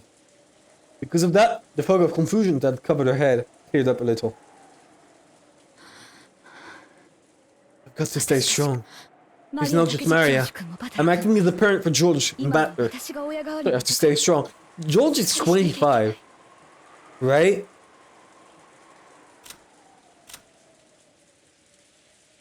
No, it's more like 21. He's not a kid anymore. Also, she did not mention Jessica. Rosa had been the youngest sibling, with a large difference in age between her and the others. So she had always been treated as a child. Every time she learned something new, it was something obvious to her siblings. And she had built up a complex, becoming convinced of her own incompetence. So she had developed a passive personality, asking her siblings for advice every time something happened. But she had no longer any brother or sisters. Now Rosa was the only one of the 4 Cherami siblings left. Furthermore, if Kinzo continued to shut himself away, even in this extraordinary situation, Rosa would have to surpass this crisis as the Ed's representative. I'm not a child anymore, not a child. Rosa slapped her knees lightly and stood up. She must not wait for orders now. She had to start moving herself. Fuck. I swear to God, I keep accidentally pressing the wrong key.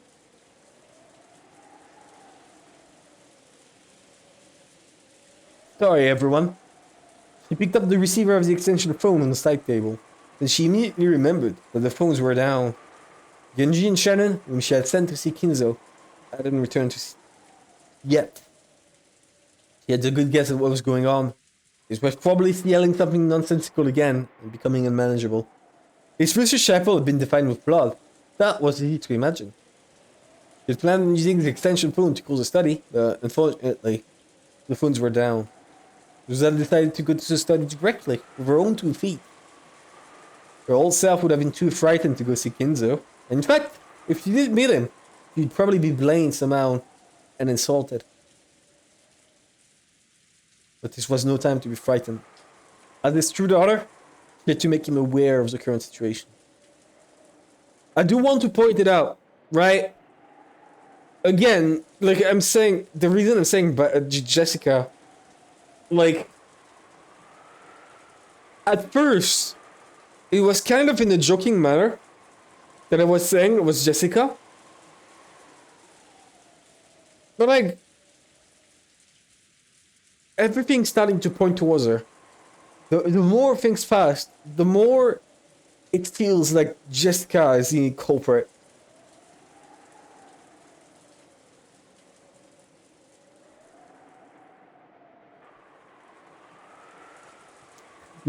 Rosa takes charge, starts moving herself towards Maria's immediate location. Indeed, it's epic.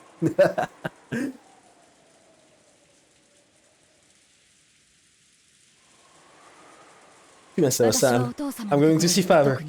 Take special care of George and Patrick. I'm sure they're on age right now. Yes, that may be true. It is truly pitiable. I shall make them something warm to drink. Thank you. Rosa went out into the hallway and headed towards Kinzo's study. The atmosphere in this mansion, which she spent her younger days in and should have been full of memories, seemed somehow different. He began to climb the stairs in the entrance hall. Just then, in the faint darkness down the stairs behind Rosa's back, something glowed. There was a single fluttering gold butterfly. What are those? It fluttered around and sparkled. The butterfly danced about without a sound. It was only natural. No one can hear the sound of a butterfly's wings beating. Then, he came to a rest on Rosa's back as she climbed slowly the stairs. Rosa didn't notice it. If someone saw it, they would probably assume it was just a single sheet of gold leaf in the shape of a butterfly that had been stuck there. Without noticing a thing, Rosa continued heading towards Kinzo's study.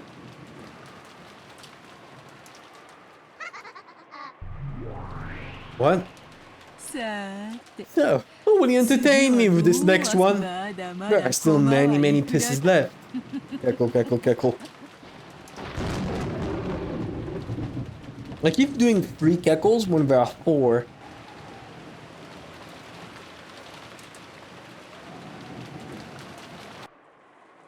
In the parlor, which had fallen silent again, the only sound was that of the TV that Maya was watching alone. If there was anything audible besides that, it was the sound of the rain, which had continued on and on since the previous night. Oh, both pre-deletion? What? Every one of those who had witnessed that unearthly and horrible scene stayed silent, so praying that the events of that morning had all been a dream. Because Kumasawa alone hadn't seen it, her reaction was slightly different. The talent itself seemed more unbearable to her. It was anxious to encourage everyone somehow. However, he was aware that she must avoid saying anything careless. She seemed to be pondering how she could be most helpful. Normally, it would be time for breakfast. Start shouting really loud, "It's time for breakfast, everyone!" Surely everyone will, like, perk up instantly. However, possibly because something so outrageous had happened, Gula seemed to have forgotten to prepare a meal. Or maybe everyone must have been up that had forgotten their hunger. Kumasawa wanted to bring up the subject of what we should do for breakfast, but it didn't seem like the right atmosphere, so she really couldn't. But she really was hungry! So she casually made a proposal. Seems everyone is tired after all that happened. Times like this, I think the best thing is to treat yourself with some warm black tea. Indeed, that is an excellent plan. I agree as well. Oh, about some delicious black tea with biscuit and jam. Oh, yes.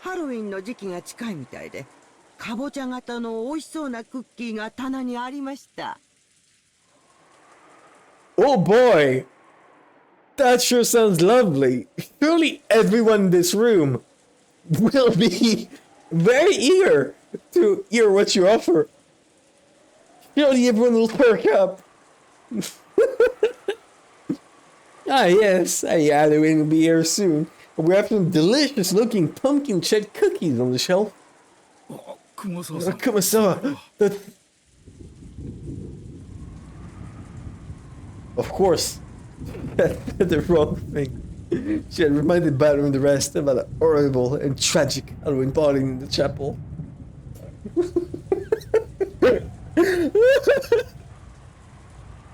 Then she hurriedly whispered into Kumasawa's ears. I am so sorry. I didn't mean to upset you. Truly, I didn't. Don't worry about it. I'll definitely turn this boiling anger back on the culprit. I've wondered if that culprit is still on the island. Probably. At least, until the seagulls cry, no boat will come. Yes, that is true. After all, the boats stop coming even when it's just a little windy. The screen froze? What do you mean? What?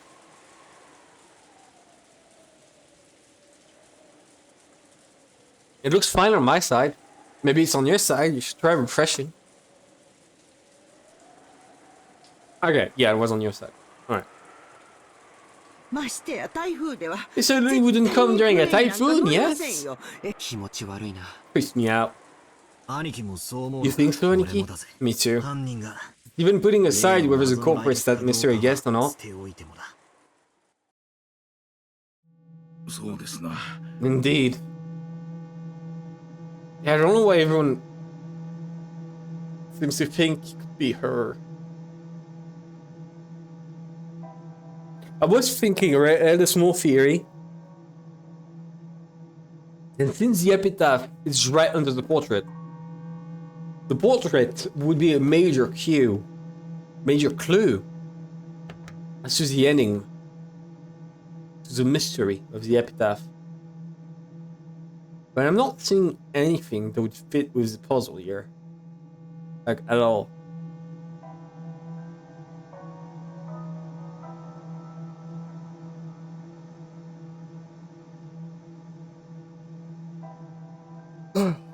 Okay. Indeed. We've naturally suspected the mysterious guest who called herself Beatrice. We still cannot be certain she is the culprit.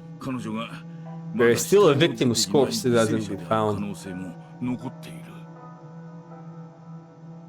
What? それを考えると、どうしても理解できないことがあるんだ。Oh, there's still a possibility she's a victim. Okay. I thought I read there's still the possibility there is a victim. Like, I didn't understand. Okay. What do you mean by that? It's simple. It's just like Kumasawa said a short while ago. Right now, this island is right in the middle of a typhoon, and escape is impossible. Same thing goes for the culprit. In that case, having this guy come to light should have been the thing the culprit wanted to avoid most. I see. There was no need to draw that creepy magic circle on the entrance to the chapel, and show off the fact that the corpses were there. Yeah, that's it. And if they were able to take that time and effort to do something so horrible, there was just 6 people. It would have been impossible for them to hide the 6 corpses, where they would be impossible to find. I agree. That brutal Halloween party probably wasn't directed at those who died. It was directed at the people who would eventually discover it. It's probably safe to say that the magic circle was there to help us find it. Fuck this mystery. I'm gonna kill them myself. Yes, epic. Go right ahead, epic. The culprit knows they won't be able to escape from this island for a while. And yet, back there, still they wanted to make us find the corpses in the middle of this typhoon. What does it mean? If I were the culprit, definitely wouldn't play around and make us find the bodies. Beato-sama was not in the room.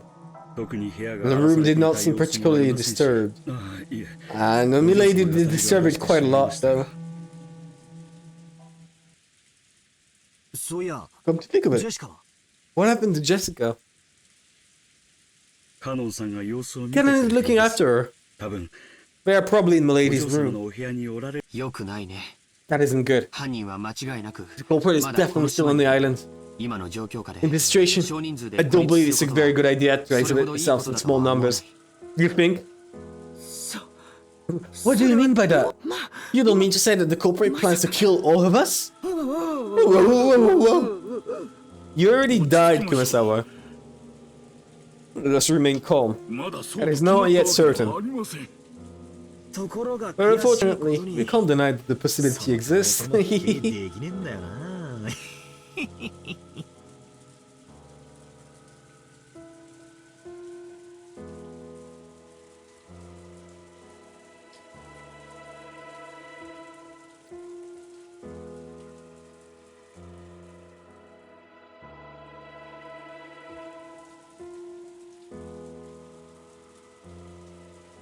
Here we go.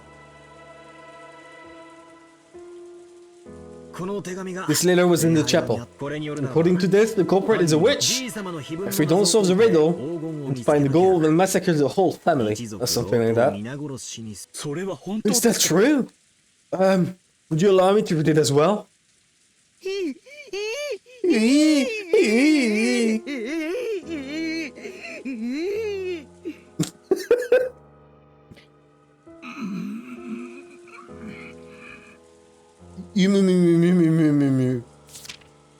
They read the witch's letter. Their faces grew even paler than they had been. Kumasawa could no longer hide their shaking. If you don't want to die, try finding grandfather's hidden gold. Is that it? Bring her around with us. I'll bet she can't solve the riddle, so she's trying to make us solve it. However, whatever was the truth is, Madame always stated that the legend of the gold was nothing more than an illusion created by the master. It is doubtful whether it actually existed. True. People should leave. I thought it would be nice if it did exist, but only half believed it. The relatives started believing in the legend of the gold only after Kinzo's health worsened. The inheritance problem came up. Until then, hardly anyone believed in it, I understand.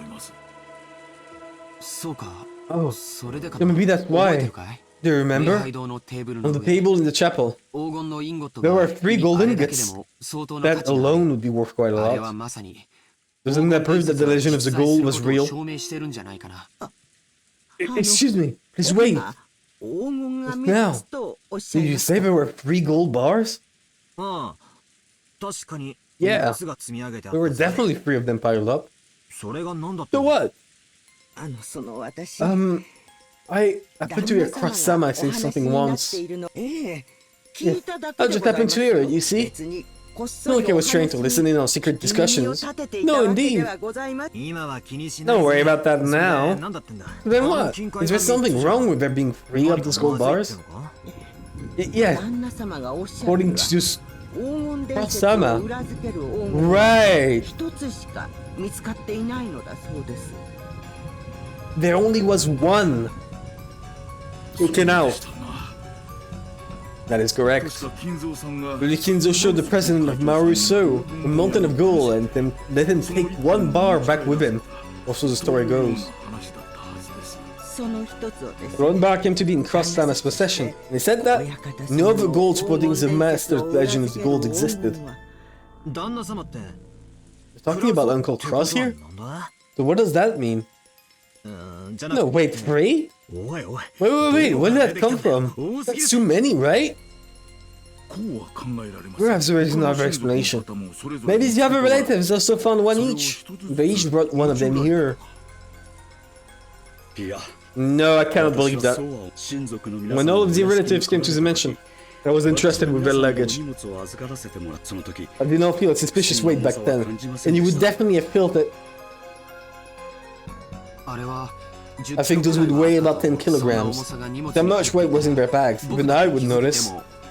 But it didn't seem that way. Same here.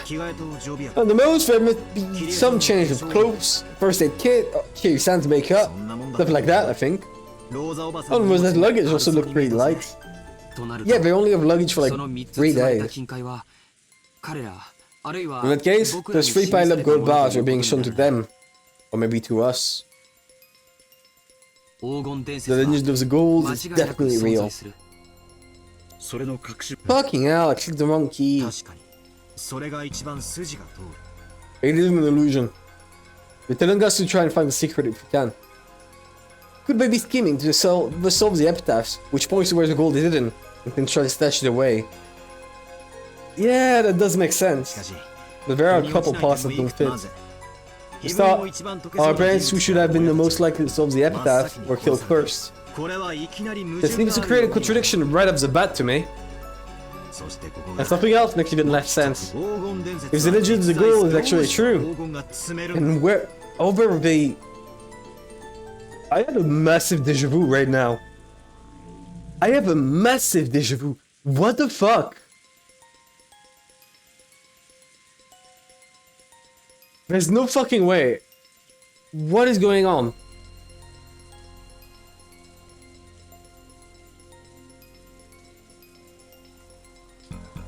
Okay, well...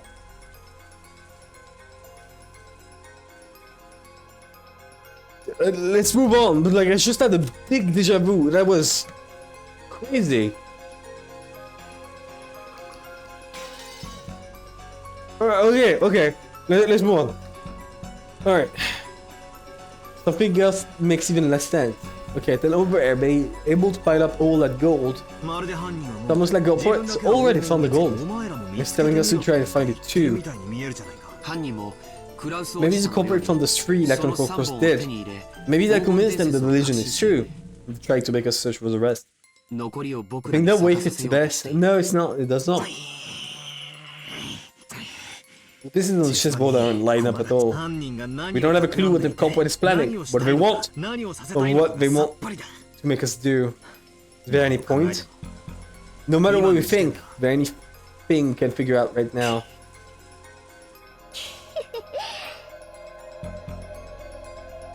I am starting to feel genuinely weak right now. Like, I am feeling genuinely weak. I think I'm gonna stop. I need to eat. I am feeling genuinely weak. I don't know what's happening. I'm gonna stop for today. I'm sorry for cutting like in the middle of the scene, but I genuinely don't know if I can continue. It's been building up for like the past 5 minutes. But I genuinely don't feel too good. I gotta say, right? I gotta point it out. Because it is pretty big. For the past few streams, barely anyone has been showing up to streams. And I'm wondering if this means that I should stop streaming Umineko. I think I got too far into the game, so people jumping in, it's complicated, right? Like, it's not like it's the beginning of the game where you can jump in and get everything from, like, contextual clues. Right now there's so much let out. So, people not showing up at all anymore is making me think that, you know, it might be over for Umineko. I don't know, I'm gonna keep streaming it for a bit, but if no one shows up, like, right there was only 3 people for the whole stream, I'm probably gonna, like, stop streaming Umineko, stream something else, and finish Umineko on my own because I really want to finish it. But yeah, I'll stop here for today. Thank you everyone for passing by, and I will see you never again. Bye bye!